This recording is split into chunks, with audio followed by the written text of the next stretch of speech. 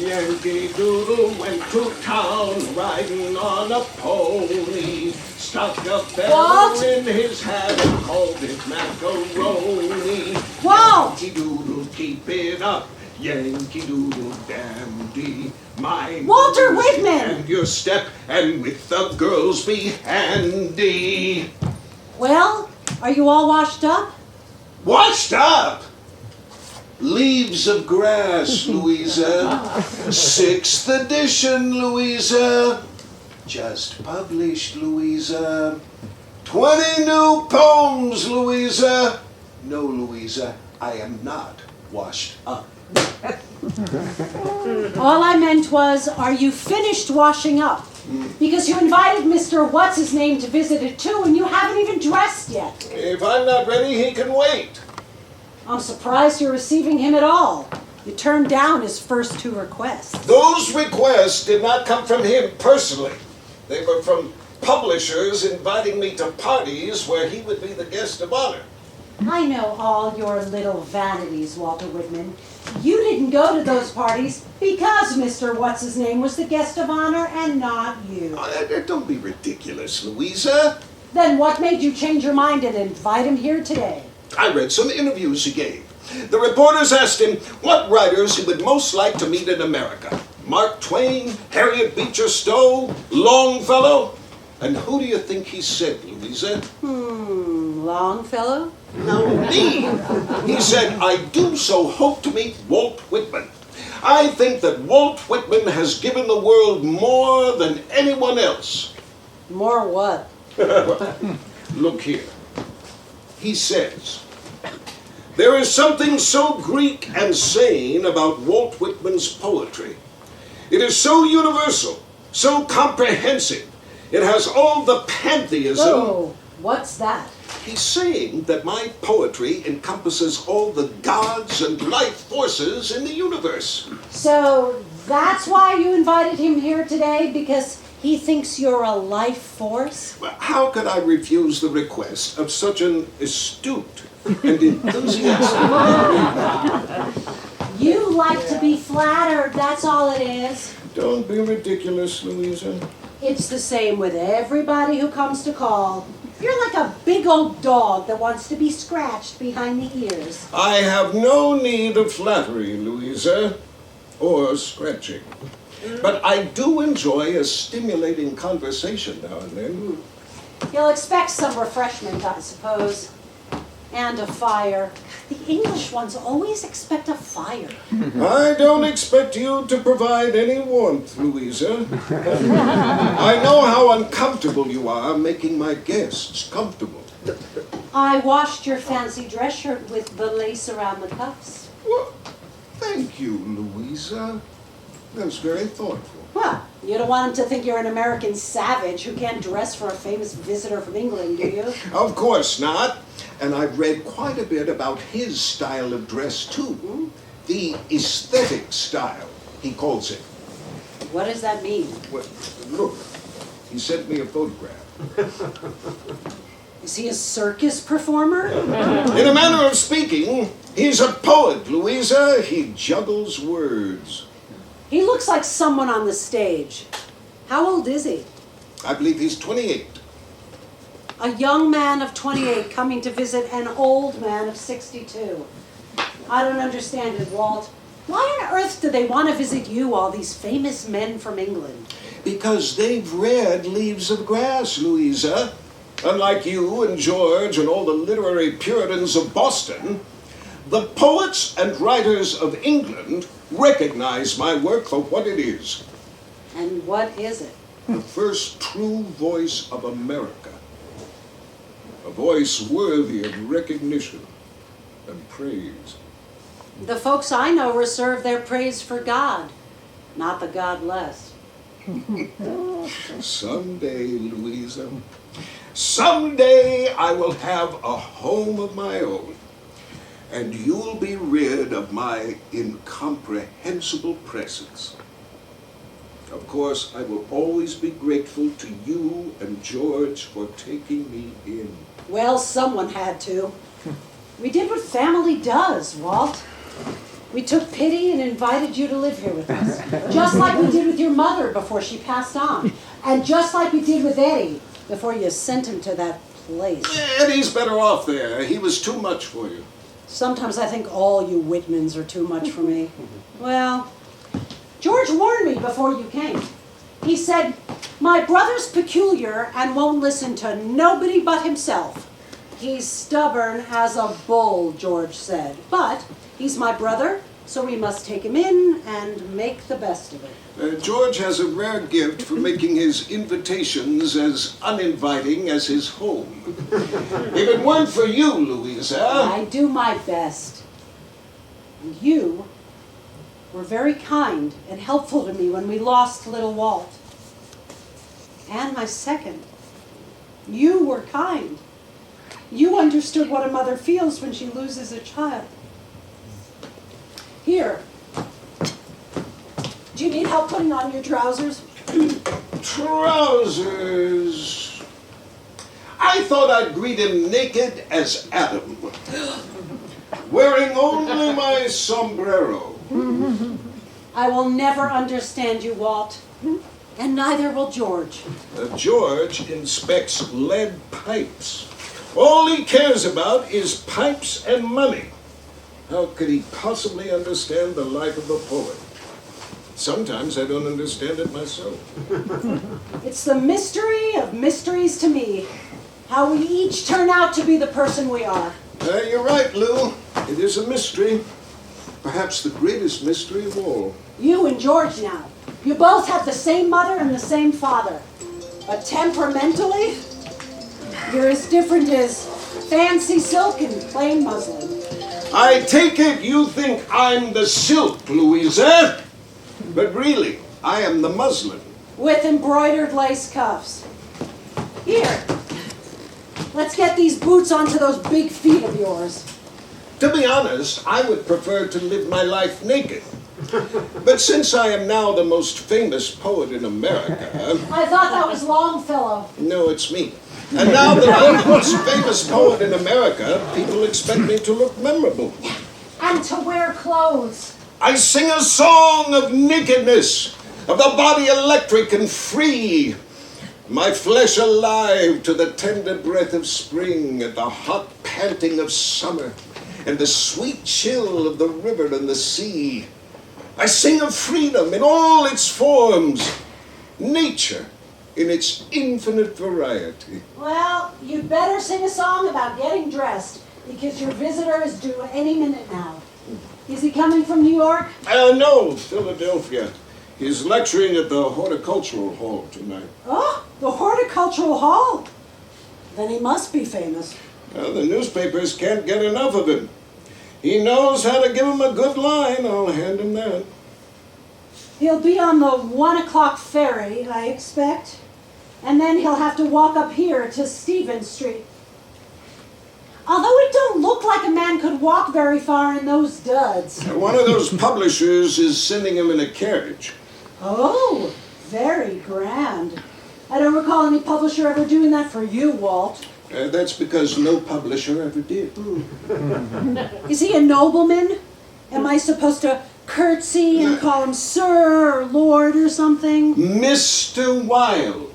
He is Mr. Oscar Wilde, plain and simple. No need to affect airs, even if he does. But do you think Mr. Wilde will take coffee? Because I don't have any tea. You don't have to serve Mr. Wilde anything, Louisa. I told you. He is simply coming to pay his respects. If I find that I like him, I'll offer him a milk punch. And if you don't like him? Then I'll offer him a glass of your elderberry wine. That will shorten his visit considerably. Hurry now. We have to get you out to the parlor. No. I'll meet him here. Here? Not in my parlor. Oh, we'll be more private here. But, Walt, this room of yours. What will Mr. Wilde think of my housekeeping? Oh, stop! Stop! You are not to touch a thing. I told you 1,000 times not a paper is to be moved unless I move it. But Walt, it's It such may look like a scramble to you, but I know exactly where everything is. This den is my memory book, the album of my life. And the chamber pot? Do you want Mr. Wilde to see that too? You may remove the chamber pot, Louisa. Oh, thank you. I'm so honored, Mr. Good Gray Poet of Camden. No need to be effusive, Louisa.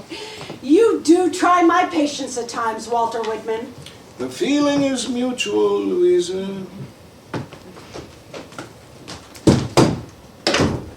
I celebrate myself, and what I assume you shall assume. For every atom belonging to me as good belongs to you. I loaf and invite my soul.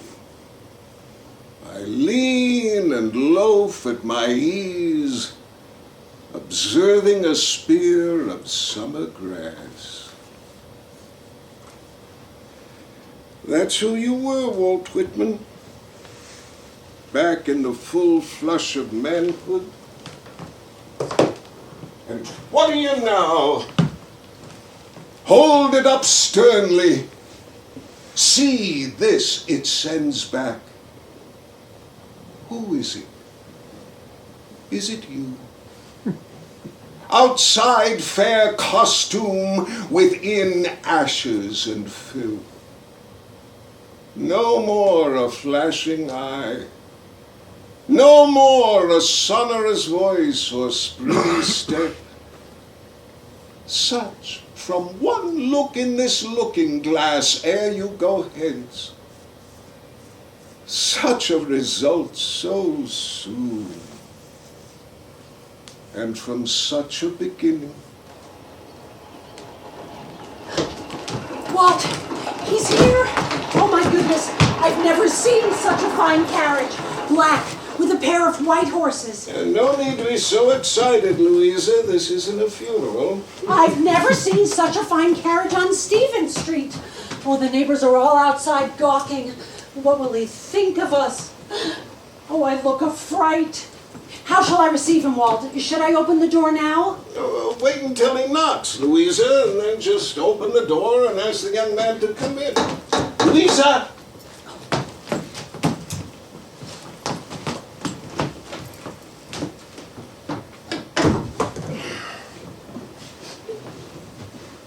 Walt, here is Mr. Wilde come to call.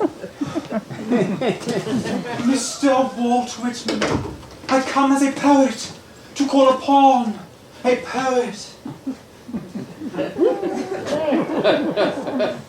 Go ahead. But don't you want to shuck off your coat and hat first? Yes, of course.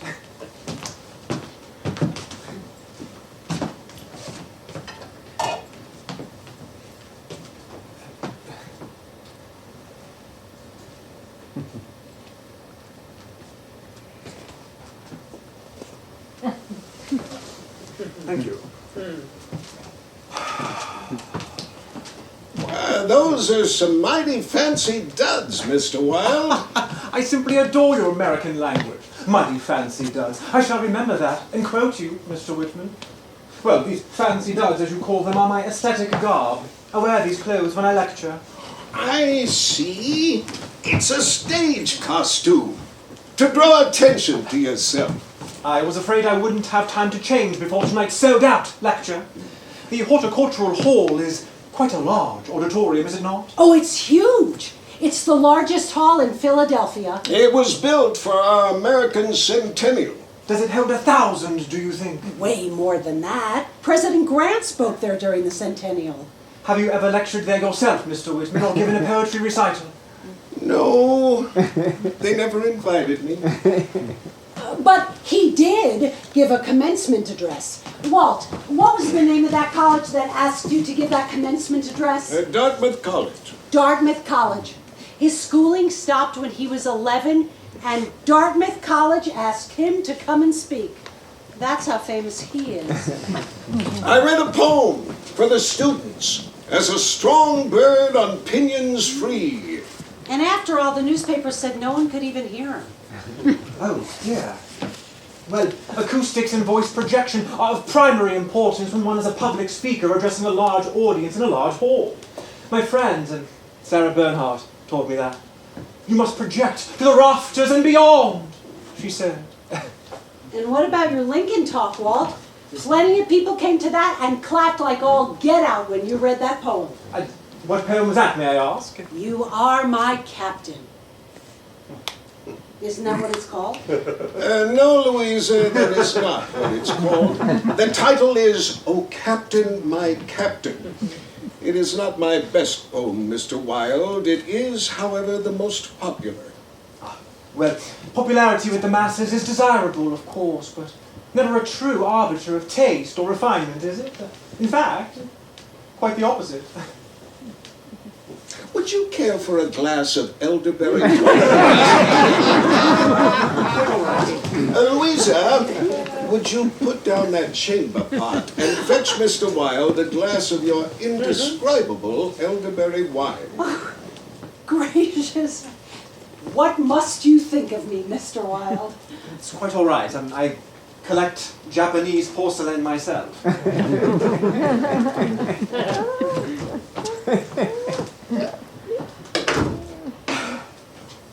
Well.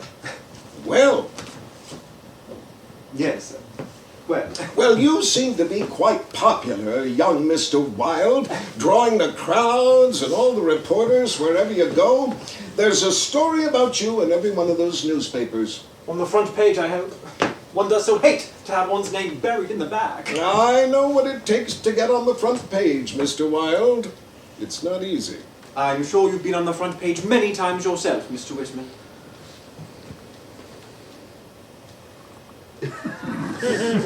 You're in all those. Every single one of them on the front page.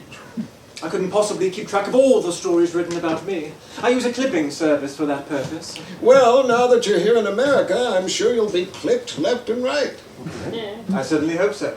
They say you're a talker, young Mr. Wilde, the newspapers, that you have what we Americans call the gift of gab. I would prefer to be called a poet now that my first book of poems has been published. What's the title? Poems. I hope you will accept this little book of my poems as a token of my great esteem, and well, believe me when I say I consider you that rarest of all human beings, a universal genius. Thank you, Mr. Wilde. I shall read your poems with interest. Here. This is quite a uniquely American experience for me. I've never tasted elderberry wine before. Well, you're in for a surprise. I make it myself, Mr. Wilde. And does one sip or quaff? I think you're better off quaffing.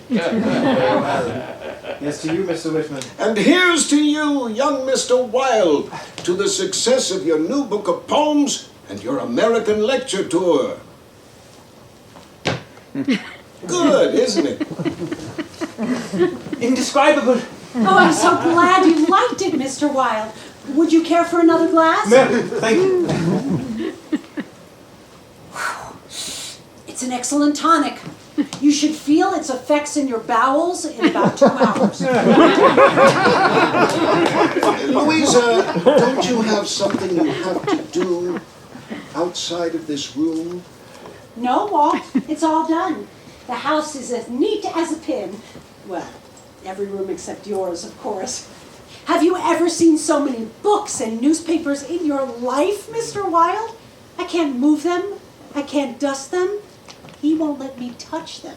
I was saying, Mr. Wilde, or I was going to say, that you know the value of a good quote. What was that comment you made about the customs official? That was rather good, actually.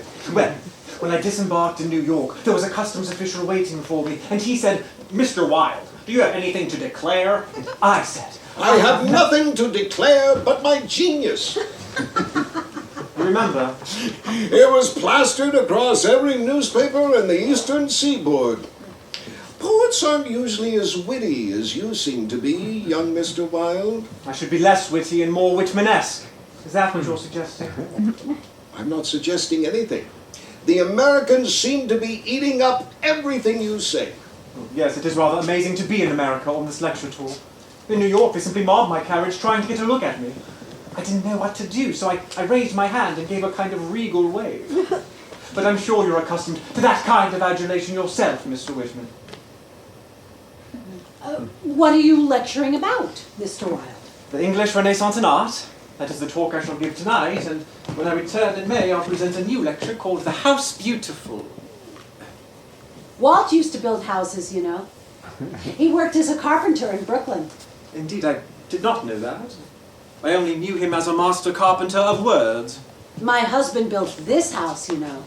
The one you're standing in right now. Your husband. And you are?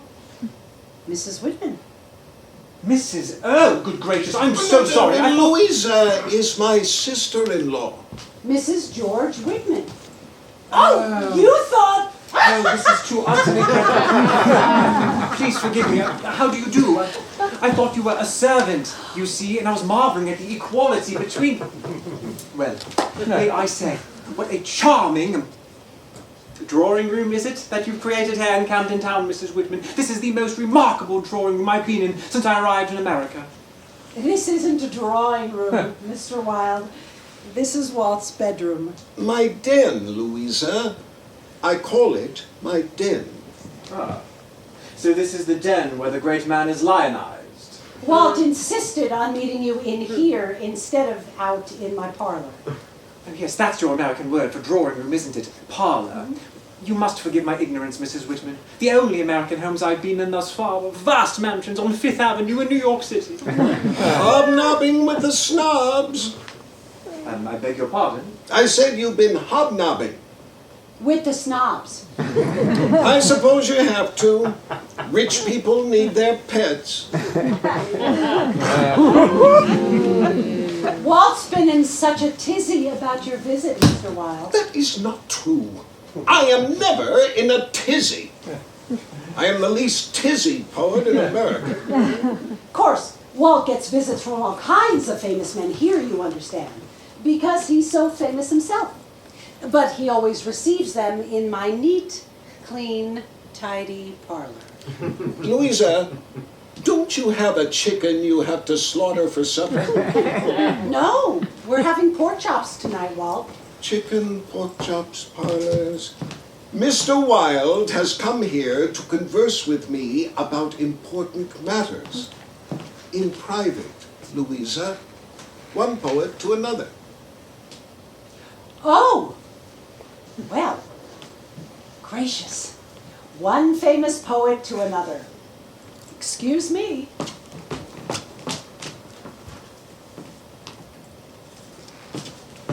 If you want more elderberry wine, Mr. Wilde, just holler. Your sister-in-law is... She thinks my poems are hogwash, but she has a good heart and she takes good care of me. And for that, I am grateful. Now, tell me about your poems, Mr. Wilde. Well, my poems are very different from your own, of course. You mean they rhyme Yes. and follow a metrical formula? Yes, quite. When it comes to meter, Mr. Whitman, I'm afraid iambic what iambic. Far too classical for my own good. But you, Mr. Whitman, you have created something entirely new with your poetry. Yes, I have. I broke free of all that artifice, the rhyming and the meter and all of those poetic shackles inherited from old Europe. I'm an American. I'm not a European. I don't write like I'm a fake Englishman. I write like an American. We say the same things, you know, but we say them in different ways. Yes, it's true. America and England are the only two great countries divided by a common language. But I cannot help but wonder, Mr. Whitman, well, how did you manage to break the shackles of poetic convention? I had to. I had no choice. Genius never does, I suppose. Writing Leaves of Grass was the only way I could sing my songs in my own voice. An American voice. Well, yes, and what do you mean by an American voice? A voice of democracy. A homemade voice, not an imported one. A voice that sings of freedom. Well, yes, free verse. Isn't that what you call it? I call it my poetry. It's my voice on paper. Yes, and as a literary performance, Mr. Whitman, it has no equal. No one will ever understand my verses, Mr. Wilde, who insists upon viewing them as a literary performance. That has never been my intention. I write of common things for the common man. I meant no disrespect, Mr. Whitman. In fact, just the opposite. I must confess, I am still somewhat overwhelmed to be here, in your presence, meeting you, my one American literary hero. What about Longfellow? He published The Song of Hiawatha the same year I published Leaves of Grass. He has more readers. You don't admire his work? By the shore of Gitchigumi and so forth. Yes, Mr. Whitman, Longfellow's poems I admire, but yours I adore. I mean, yours capture something, uncapturable. Go on, talk. I mean, it is as though one has stepped out of oneself. The view you present is so vast, so transcendent, and yet so intimate. Well, it seems to encompass everything. All things equal. That was my intention. There is so much I wish to talk to you about, Mr. Whitman. Call me Walt, I would like that so much. and I will call you Oscar. Oscar and Walt. I am so honored. You were talking about my poetry? Yes, I was saying, Walt, that it is so unforgettable, that voice of yours, so unique, and it cannot be copied. No, but it can be parodied, and it often is. Parody is simply the way a fool pays tribute to a genius. I like that. I know everything there is to know about parody. I'm constantly parodied. My dress, my manner, my poetry, my hair, and now my lectures. My masculinity is constantly being called into question. It can be terribly hurtful, I don't mind telling you. But on the other hand, it does increase one's celebrity, and celebrity, as you of course know, can serve as useful advertisement. Yes, but the danger there is that you end up losing your true self and become the parody. Yes. Like Bunthorne. Who is Bunthorne? Bunthorne is a character in a new operetta by Gilbert and Sullivan. It's called Patience. Bunthorne is a parody of me and the aesthetic movement I have championed in England. They even had the audacity to ask me if I wanted to play Bunthorne. Can you imagine? I'd be acting a caricature of myself. Well, caricature is not the same as controversy.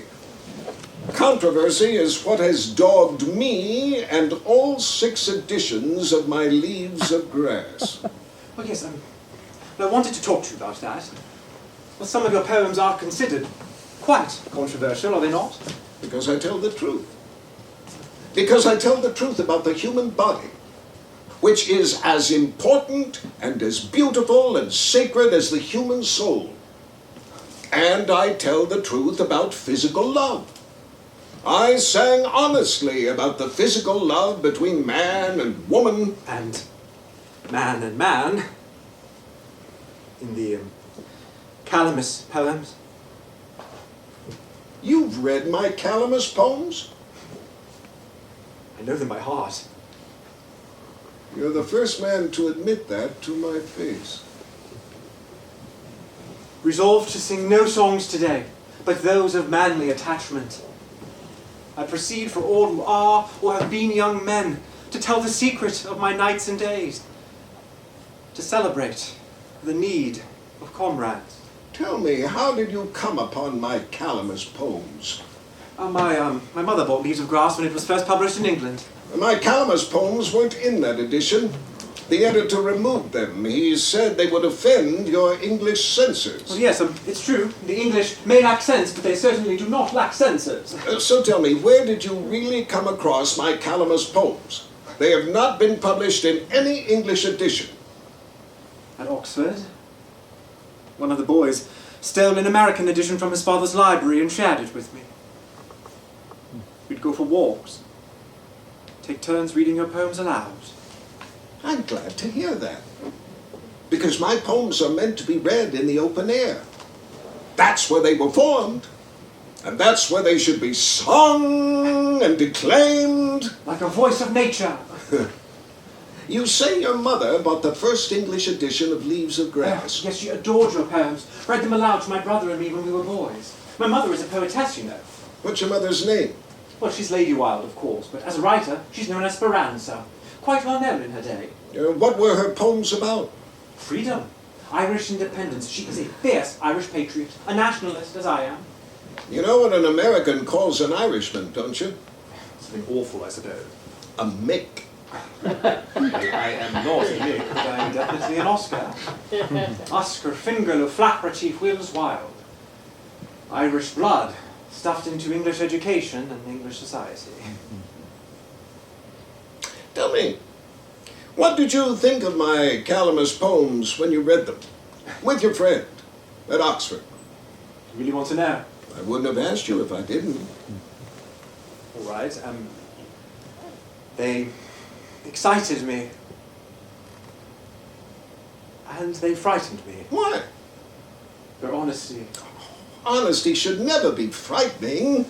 It should be liberating. Especially when you're young. Yes, of course, I understand that. All great art is liberating, but when one confronts something that speaks of the unspeakable... Things are unspeakable only because they've never been spoken. Once they've been spoken, they're no longer unspeakable.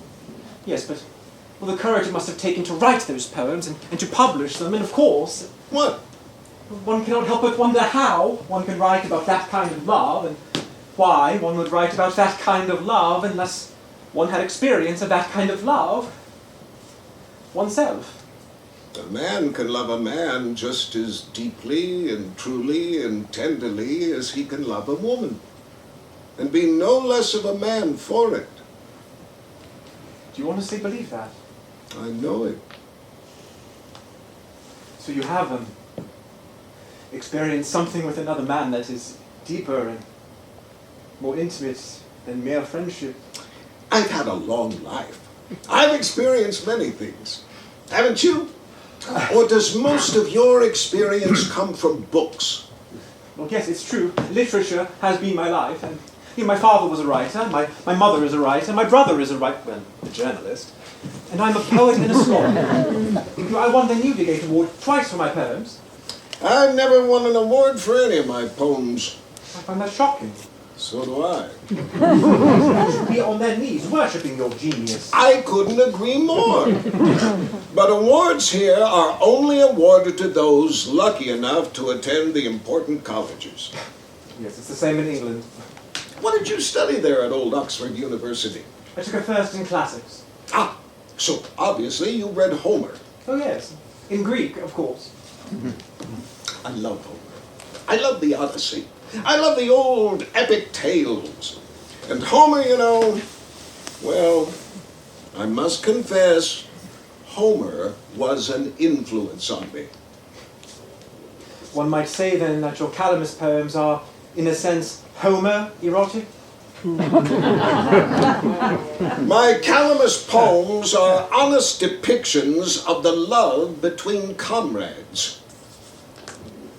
Perhaps one day I shall write poems as honest as yours. Always be honest, Oscar. But be aware of the price of honesty. It's the only virtue that comes with a price tag. Do you know what my honesty has cost me? Tell me.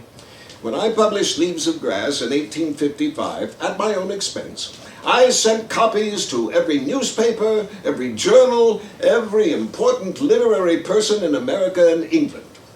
I did what I suppose you are doing now. I introduced myself, my voice, to the English-speaking world. I thought everyone would love my poetry because I wrote it as an American, for all Americans. I truly did. And did you receive a favorable reception? I mean, you must have, because your name has become so well known. It was mostly the literary men who understood and praised my work. Emerson wrote me a letter that changed my life. I greet you at the beginning of a great career.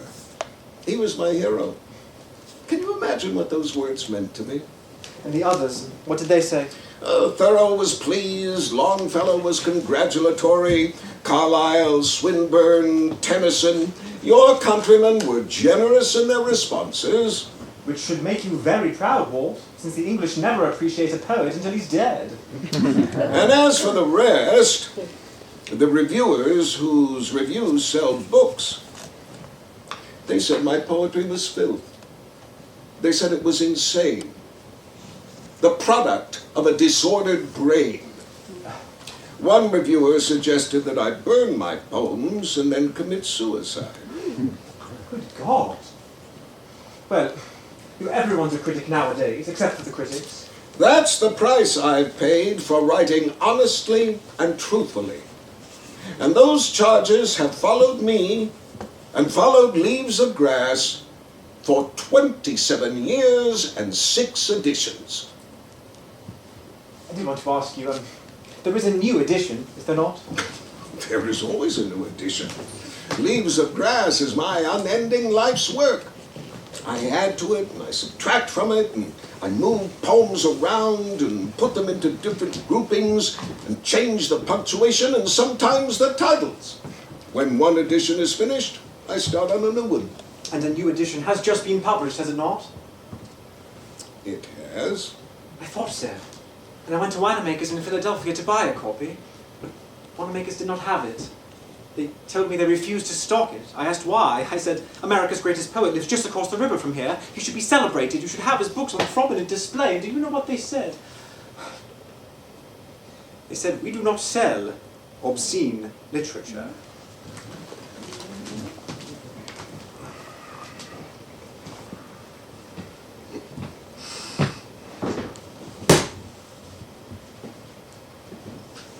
I didn't know if I should tell you. I know. But it still comes as a bewildering surprise to me that merchants now act as literary censors. Who published the new edition? James Osgood and Company, best publisher in Boston. It should have a wide distribution then, despite Winemakers. The new edition will have no further distribution. But why not? Because the head of the New England Society for the Suppression of Vice and the Boston District Attorney wrote to James Osgood and Company to advise them that they would be prosecuted if they did not withdraw Leaves of Grass from bookstores. That's why you could not find it at Wanamaker's. And will not find it in any other bookstore in America. But that's barbaric. No, that's Boston, where I am now banned. For once in my life, Walt, I don't know what to say. I am literally speechless. I don't accept their moral objections, of course. I've never been ashamed of who I am and what I've written. I wear their charges of obscenity like a badge of honor. But to be so publicly vilified, humiliated, for celebrating beauty and love. I will publish Leaves of Grass again. By myself, if I have to. I've done it before. I am not washed up. I will not let America forget me or my voice. I am unkillable. Yes, but I simply cannot bear to think of you being treated this way. The worst part of being banned is that I can't earn a living from my work. That is a great concern of mine right now. Of course. I quite understand. I pay Louisa and George for my board here. But I've got another brother, Eddie. As sweet and loving a man as you could ever hope to meet. But with the mental capacity and the uncontrollable energy of a 4-year-old boy. I pay for him to be cared for in an institution, a good one. But it's very expensive. And if I cannot pay for Eddie's care, I don't know what will happen to him. And that worries me. Keeps me up at night. Well, I damn them for banning your book. Well, this is 1882, for God's sake. I mean, we're modern people living in a modern age. Now, what is it that they find so objectionable that it must be suppressed? So what are they so afraid of? I'll answer that by asking you a question. Man to man. Of course, man to man. Poet to poet. Genius to genius. No need to answer if you don't want What to. is the question? Have you ever taken horizontal refreshment? I beg your pardon? Have you ever wound somebody's little ball of yarn? I'm afraid I do not follow. Did you ever shoot twixt wind and water? No, I abhor hunting. You're not catching my meaning, Oscar. I'm sorry. I'm afraid I don't understand your American slang. To put it in plain English, have you ever had sex? Would you like to sit down, Oscar? Think about it for a while. No.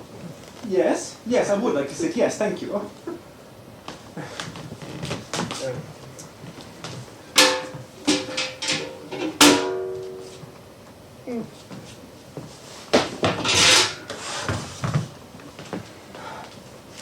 Well, Well, shocked you, didn't I? well, you did rather. Shocked you into flabbergasted silence because you don't know how to approach the topic of sex. You're afraid of it. You have no words for it. You said it yourself. It's unspeakable. Or maybe you don't even know what sex is. Of course I know. You're speaking of coitus. Well, whether you call it coitus or fucking, all I'm saying is your shocked silence is the answer to your question. People object to my work because people are terrified of sex. They think it's sinful and degrading, something offensive that mustn't be talked about or written about. But you see, I don't believe any of that, and I never have. I think bodies are beautiful. Like the Greeks and Romans. They openly admired the human form. I think sex is to be enjoyed, celebrated, sung about. And they don't. It's that simple. They hate the human body, which to me is like hating the house you inhabit. I have had sex. Once at Oxford. Just so you know. Congratulations. It was with a prostitute. Oh, don't be ashamed of it, my boy. One of my most beautiful verses is called To a Common Prostitute. Common, yes. Beautiful, no. I caught a disease from her. A disgusting disease. I'm sorry. Have you been treated for it? Mercury. I've taken the full course of treatment. Oh, that's a harsh treatment, the mercury. The doctor told me my teeth will turn black. And if the disease returns, I may die or go insane. My entire future is in jeopardy because of that one carnal act. And how can I marry now? What would I tell my wife? How can I have children? Is that what you want? No, it's my mother wants. She's been trying for years to arrange a suitable marriage to a suitably rich girl. That's why I agreed to this lecture tour. To escape from your mother. To earn money. I'm, broke. Isn't that what you say here in America? Yes, that's what we say. Often. I know nothing about money except that I don't have enough of it. Nobody does. Except Longfellow, my brother George, and all those robber barons you were hobnobbing with in New York. No, I don't earn enough for my tenants in Ireland to pay for more than my essentials in London. Tailors, hairdressers, hackney cabs, wine, books, restaurants, servants, theatre tickets, cigarettes, doctors, lodging, of course, which must be furnished, of course. Rather ironic, wouldn't you say? To be lecturing about the house beautiful when I can't even afford a house of my own. I have to lodge with a friend in Mayfair. That is my one dream now, too. To own a little house of my own. And you haven't sufficient funds to buy one? It's more than the money. The war took a terrible toll on me, Oscar. I don't like to admit that, but it's true. You were not a soldier, were you? I was a nurse, and I felt like every wounded soldier was my son or my brother. I still dream of them. See their faces in the dimness of those stinking hospital wards. See their pain and suffering. The agony on their young faces. their bravery, and their fear. I did not close my eyes or my heart. I saw everything and felt everything. I held those boys down as their arms and legs were sawn off. I carted away their severed limbs in a pail and sewed their bloody stumps together with needle and thread. I dressed their wounds, read to them, listened to their prayers and their fevered cries.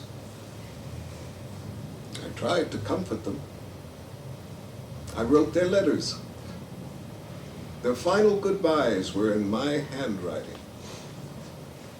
I kissed them and closed their eyes when they died. Most of them were younger than you, Oscar. Boys from farms and little towns across America. Boys without much education, but with strong bodies that were broken and maimed from the battles they were told to fight. I loved them all. Northerners and Southerners, Yankees and Rebs, white and black. I gave them everything I had to give. It was a profound experience, the war. The killing and the wounding and the blood and the pain and the dying. It exhausted everything in me. Broke my heart and pierced my spirit. Drained all my vital juices. Until one day... Yes, one day. I did my nursing at night and on weekends. Received no pay. By day, I worked at the Department of the Interior. One of the few times in my life that I had a real desk.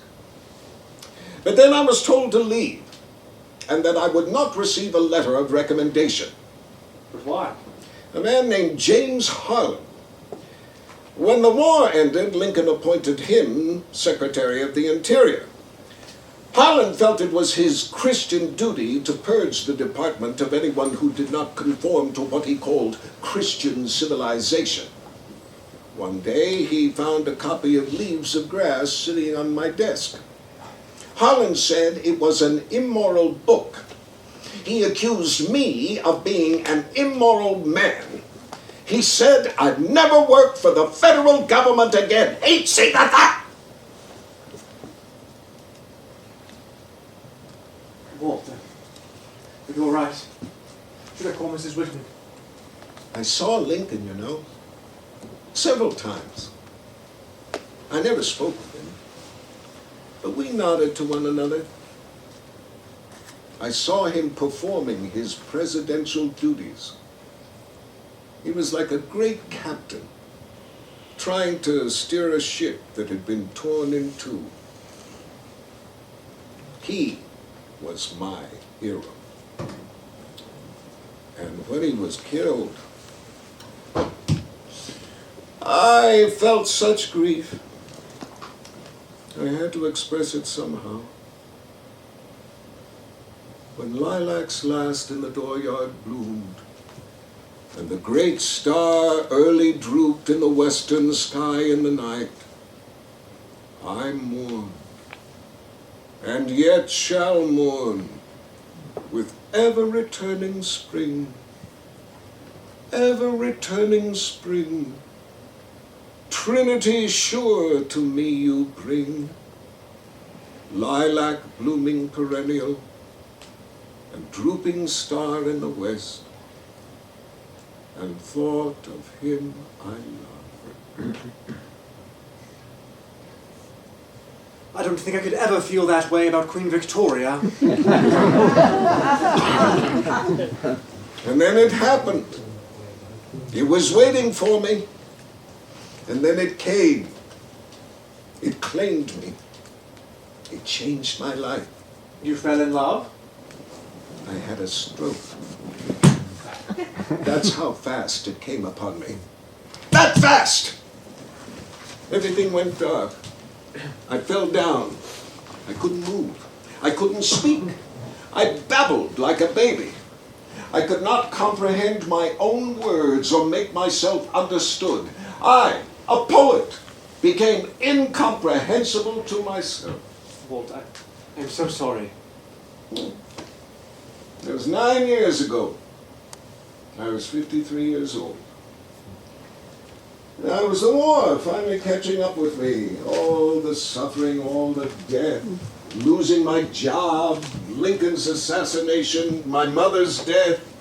Eddie, it all conspired to bring me down. My left side was paralyzed. I had to give up all my freedom. My freedom of movement. I lost my freedom. And I had to move here, to Camden, because now I was the one in need of nursing, and I had no other place to go. Thank heavens for your kind sister-in-law. No, I used to be much worse than you see me now, but I willed myself back to health. How did you do that? I met a young man whose parents had a farm on Timber Creek. He invited me to spend time there, to convalesce. So I did. Every afternoon, I dragged my half-paralyzed body down to Timber Creek. I had a special place there. I'd shuck off my clothes and lie naked in the grass and be at one with nature. I'd watch the ants and study the clouds and smell the flowers and listen to the birds. And when the afternoon was at its hottest, I'd slip my naked body into the cool waters of Timber Creek and float there and try to move my frozen limbs. And after a while, I succeeded. And you did this without any doctors? Nature was my In doctor. other words, you healed yourself. That has always been my way. I am a part of nature, not apart from it. Like an elemental life force. I do so admire that. Haven't you ever walked naked through a forest, Oscar, and felt the breeze on your genitals? Or lain naked on soft grass on the banks of a stream where the watercress grows? Or swum naked in a cold, clean pool on a hot August afternoon? I prefer to keep my clothes on, actually, and spend my time in cities. I do love cities. Well, then we have something in common. Besides our lack of money and our uncertain futures, I love cities too. I love London. I love Rome. I love Washington and New York, Manhattan. And I used to love Boston. The city I love the most is Paris. Have you ever been to Paris, Walt?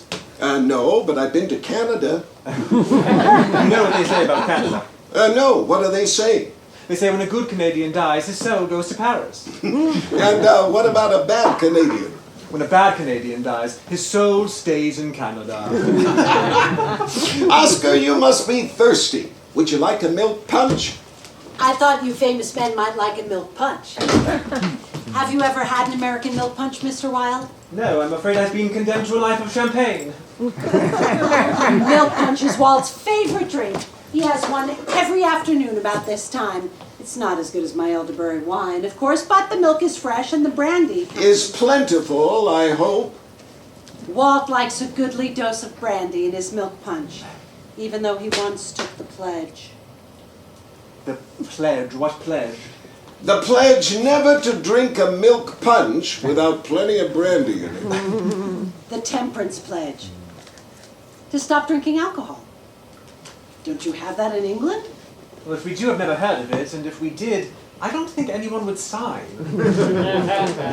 Walt even wrote a novel about the temperance movement once, didn't you, Walt? That was 40 years ago, Louisa. I had no idea you were a novelist, Walt. I'm not. It was rubbish. A story made up to fit a social issue, like Uncle Tom's Cabin. I'm hoping to write a novel myself one day. It would have to be sensational, of course. Something supernatural, perhaps.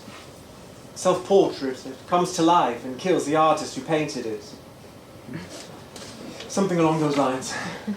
A painting that comes to life? That's impossible. Well, the task of the artist, Mrs. Whitman, is to make the impossible possible. And that's the genius at the heart of your brother-in-law's poetry. He makes one see the unseen. Some say all he sees is the obscene. The ignorant are entitled to voice their opinions, of course, but not to have their opinions listened to. Oscar, maybe you should use your gift of gab to write a play instead of a novel. As a matter of fact, I have. It's called Vera or the Nihilists. It's a political thriller set in Russia, written in blank verse. Tsars, winter palaces, revolutionaries, assassinations, sumptuous gowns. Oh, it has everything. Except a producer. Was it inspired by a trip you took to Russia, Mr. Wilde? Good heavens, and yet. Never been there, never want to go. The only good thing to come out of Russia is Catherine the Great and Fabergé Easter eggs.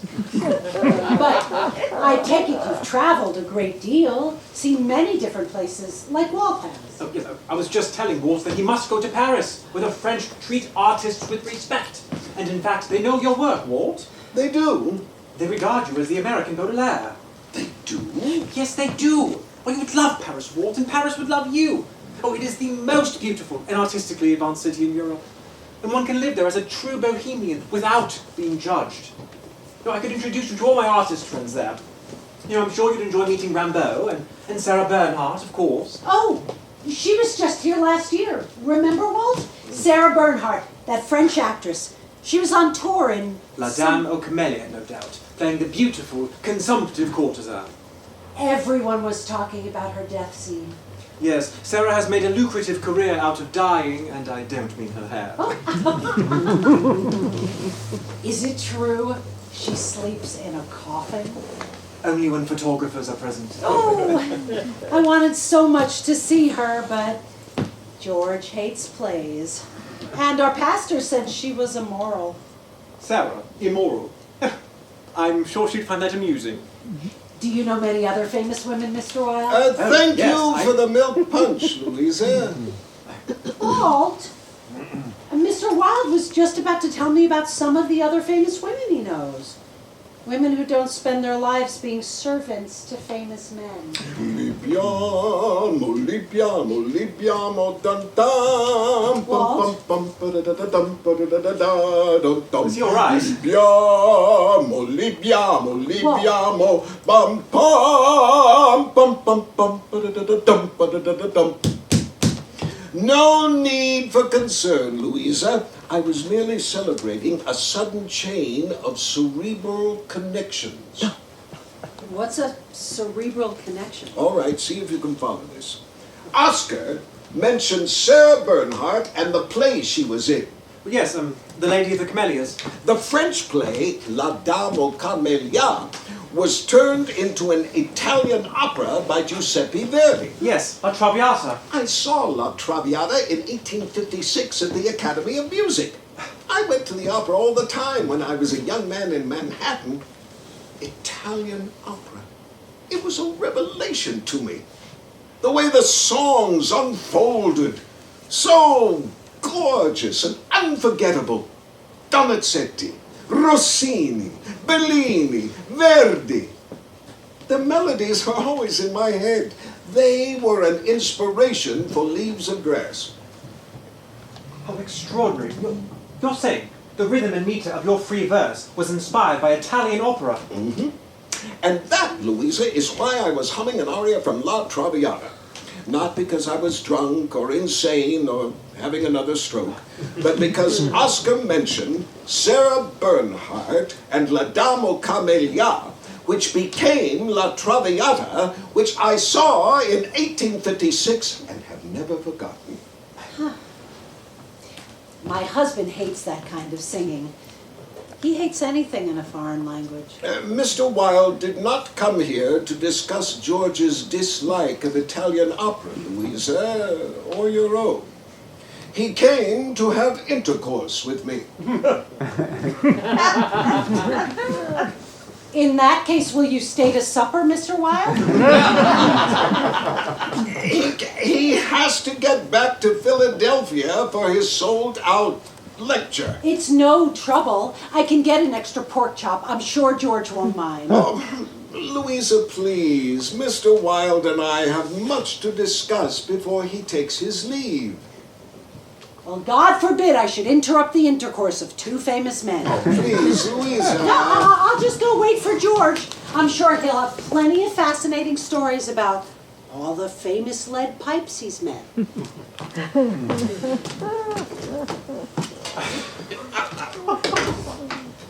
That's one thing I sorely miss about big cities, Oscar. Being able to talk to interesting people about something other than pork chops and lead pipes. Oh, I do so wish I could stay longer. I wish we could sit by a fire and talk for hours. There's so many things I'd like to ask you, Walt. So much I would like to know about your life. I was a newspaper man, you know. No, I did not know. Oh, yes. When I was 19, I started my own newspaper, the Long Islander. And where was that? On Long Island. That's where I'm from. 6th generation Dutch, English, Yankee, Quaker stock. 6 generations. Your family must be one of the oldest in America. Tell me about this newspaper you started. The Long Islander. It was my first real venture. I wrote the stories, I set the type, and every Wednesday I personally delivered the papers to my subscribers, riding my cart around Suffolk County. Oh, it didn't last, the newspaper. I had to sell it. But I was so free then, and so happy with my freedom. I was so happy with myself and my country, and so proud to be an American. It's all there in your leaves of grass. A kind of, energetic American optimism. Oh, it was glorious to be young and strong in a young, strong country. To be healthy, manly, handsome. I was very handsome, you know. People took to me, women and men. I had so much energy, I felt like the cosmos. And now, here I am with my stick and my chair, reminiscing. Doing what old men do when they can no longer do. But you've done so much. Yes, I have done much and been many things. That's what makes it difficult to do so little now. I had to quit school when I was 11 to help support my family, but I never stopped wanting to learn. I had a devouring mind. I was curious about everything, and always trying to put what I saw into words. That's how I am. I suffer from the scholar's chronic inability not to learn. I've had to work my entire life. First I worked as an errand boy. Then I learned how to set type for the newspapers. I've been a carpenter, a teacher, a political orator, a journalist, and a newspaper publisher. When the war came, I went to Washington. I'd be there still. Well, no use crying over spilt milk punch. Walt, before I go, will you please forgive me for revealing that disgusting fact about myself? You don't need my forgiveness, Oscar. You need your own. I never told anyone. I don't know why I told you. Maybe it was Louisa's elderberry wine. It loosens the bowels and the brain. Oh, I came here to pay homage to you, not to expose myself. My God, what must you think of me? I think it cannot be easy for a young man of such promise to live with that hidden burden. I confess to you, it has been terrible. I mean, one must wear such a false mask. One smiles and chatters and carries on like an actor on stage, but inwardly I'm terrified that the disease will return and turn me into something monstrous and disgusting. Don't anticipate disaster, my dear boy. Disaster will come whether you anticipate it or not. And your life is just beginning. You may live into the 1920s. Can you imagine how changed life will be in the 20th century? Unrecognizable. There's so much I want to do, so much I wish to accomplish. Poems and plays and novels I want to write. You long for fame. Doesn't every artist? Didn't you? Oh, yes. My people were all farmers, so I don't know where the impulse to achieve fame came from. But I always wanted my voice to be heard. Yes. There's nothing more wonderful than the sound of one's own voice, except perhaps its echo. I always wanted to leave behind something remarkable, something that would reflect my precious time on Earth. And you've done that, Walt. You've achieved a lasting fame, despite the censors and the censorious, or despite the spiteful. Your name is recognized. It is known. You are Walt Whitman. So much better than Walter Whitman, don't you think? You might be heartened to know, Walt, that Professor Dowden gave a lecture on your work to the Philosophical Society at Oxford. And when I was taking my final exams, your name came up on one of my viva voce examination questions. What was the question? Well, the examiner asked what Aristotle would have thought of Walt Whitman. What was your answer? I said Aristotle would have approved of your work. Well, of course he would have, but why? Because your work is about self-development. Fearless self-development and self-knowledge. Now, as a philosopher, Aristotle would have approved of your search for the truth. You must be fearless if you're going to step outside the bounds of what is known and acceptable.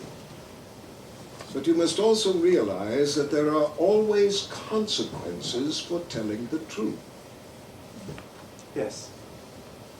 Especially telling the truth to oneself.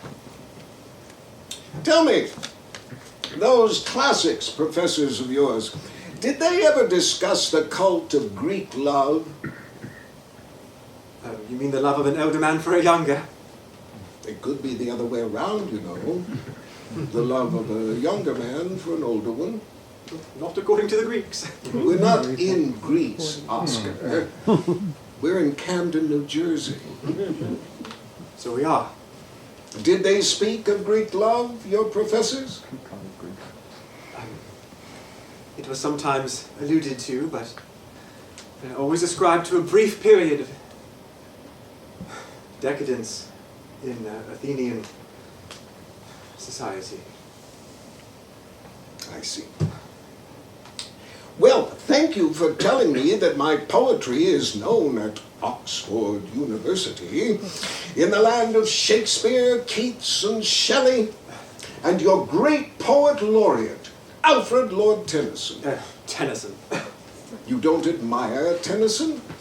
I believe he is now the most popular poet in the English language. Yes, among those who know nothing about modern poetry. Tennyson has kindly invited me to stay with him if ever I come to England. Yes, but his poetry is so old-fashioned. I mean, the young poets today, Walt, are looking for new forms of expression. We don't want to fall back on the old ones. We want to go beyond them. Are you young fellas going to shove aside all the established idols of English poetry then? Tennyson, all the rest?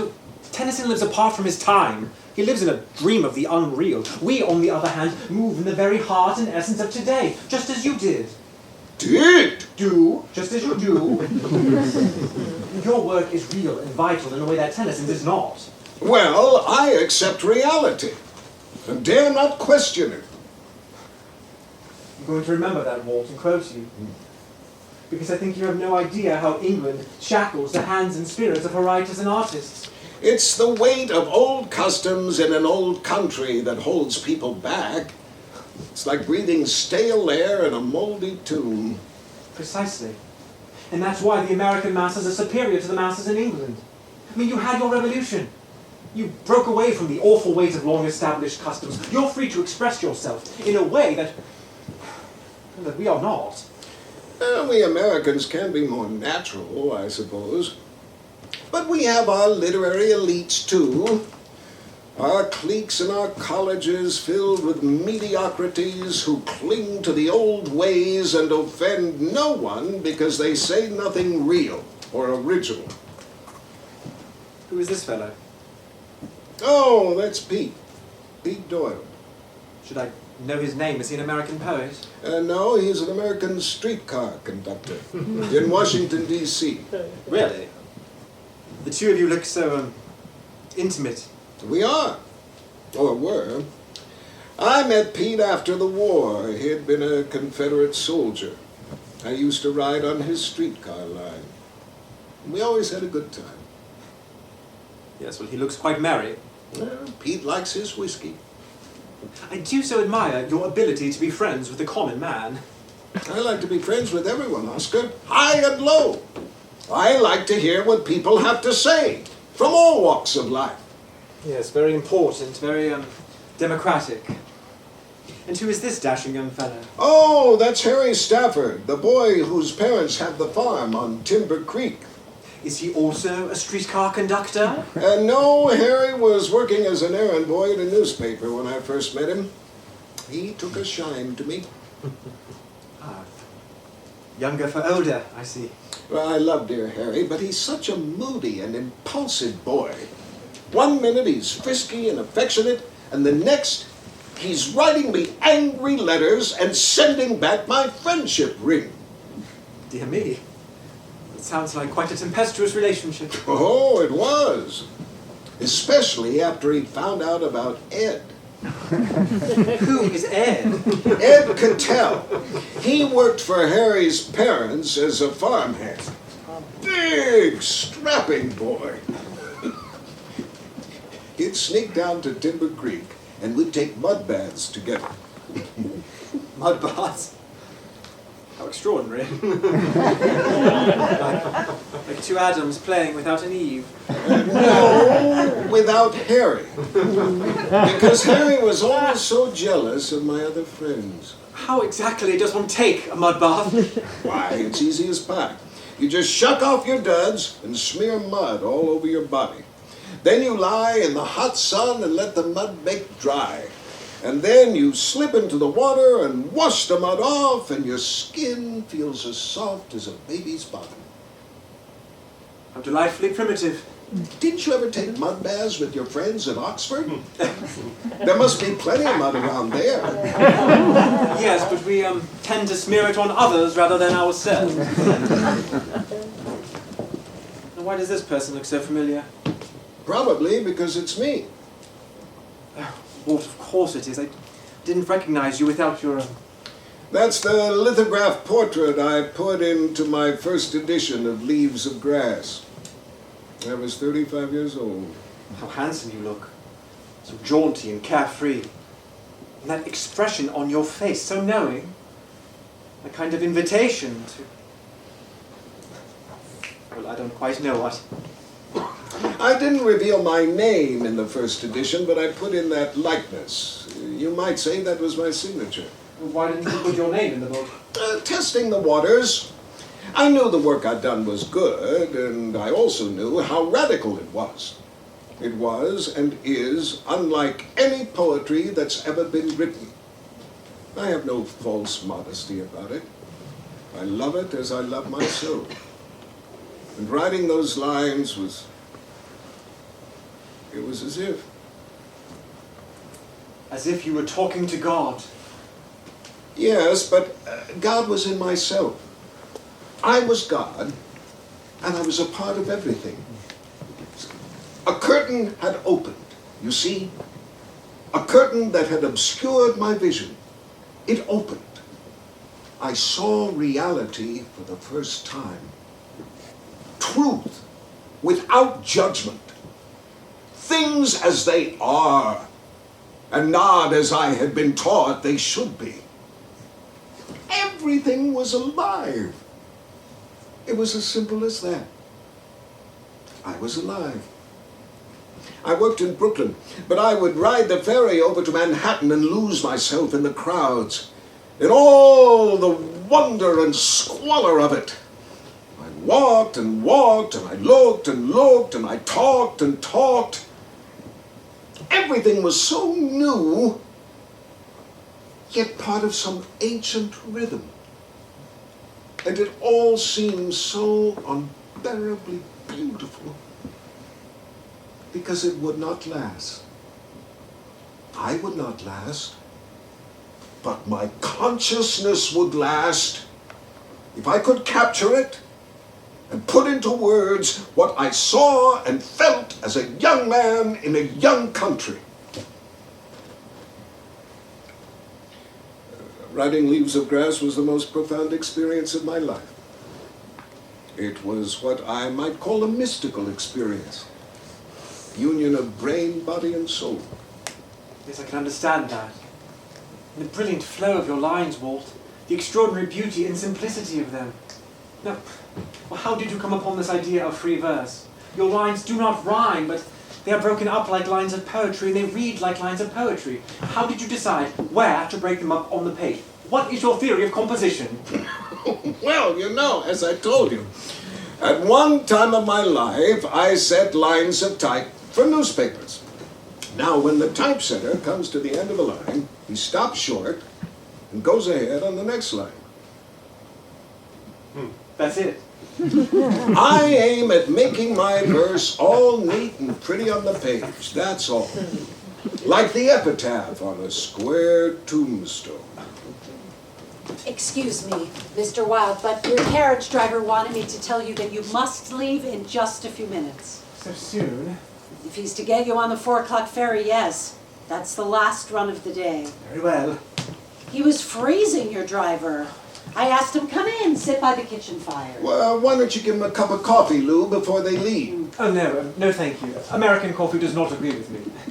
I meant the carriage driver. Oh, yes, of course.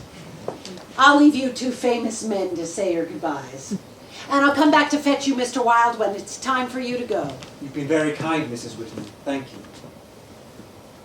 And thank you for taking such good care of Walt. I do my best, Mr. Wilde.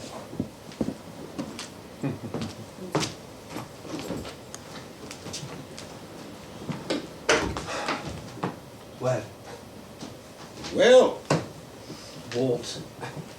Oscar. I cannot tell you what this interview has meant to me.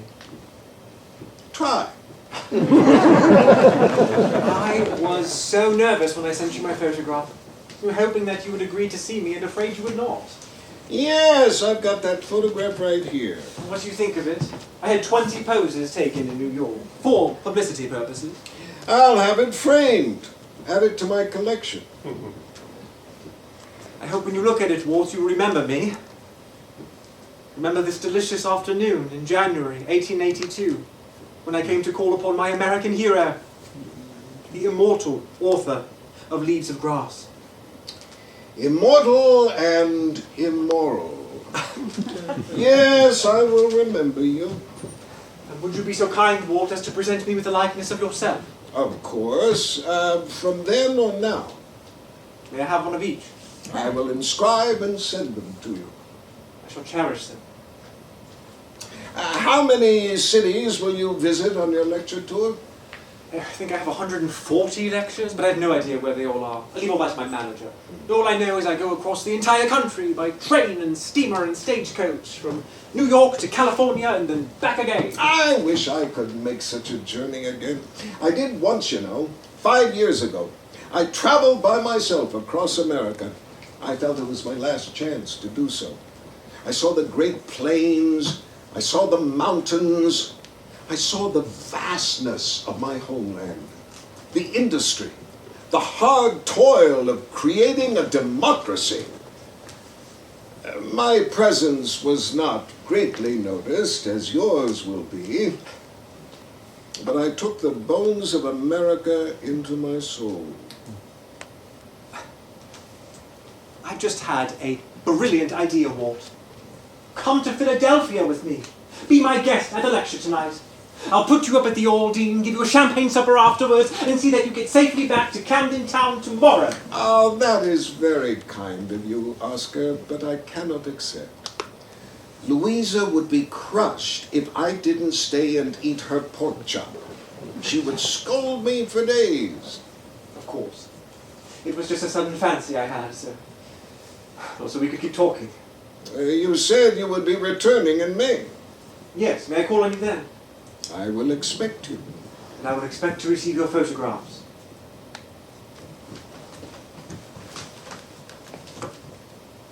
And I expect you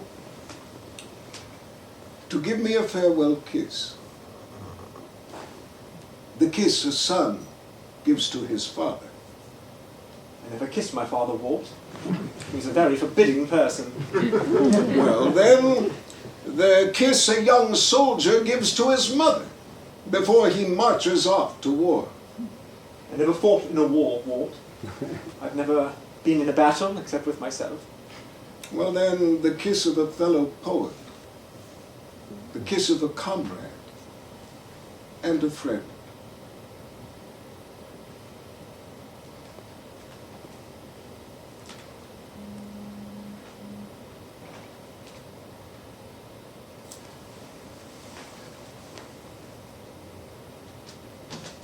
Mr. Wilde! Yes.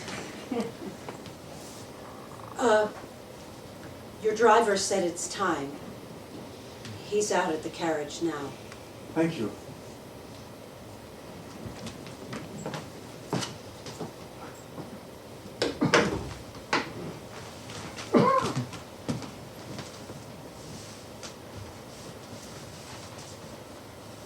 We both like our hats.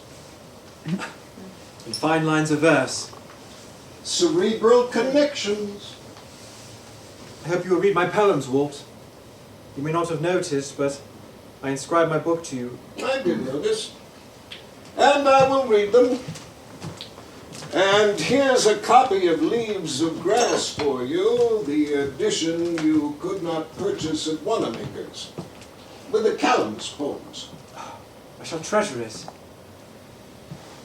I still have so many questions to ask you, Walt, but this shall be my last and most impertinent. What is it? Well, don't answer if you don't want to. I won't. Were your Calamus poems based on personal experience? I kissed you, didn't I? I thought it was I who kissed you. We kissed one another. Yes, so we did. I wish you well, Oscar. You are young and ardent. And the field is wide and the world is yours. I wish you and your poems and your 140 lectures take America by storm. I hope so too. Goodbye, dear Walt.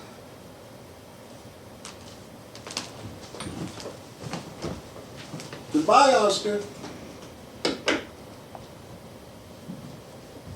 God bless you.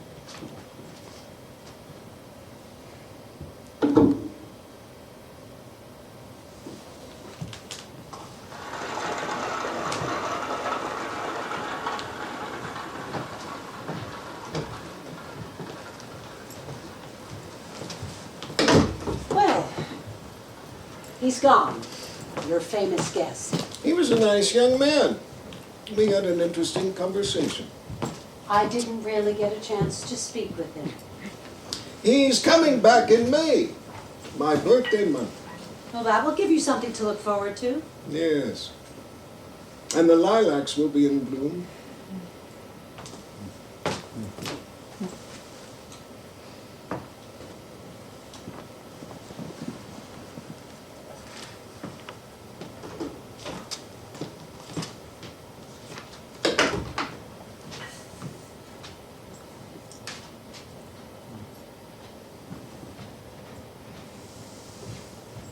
That's great.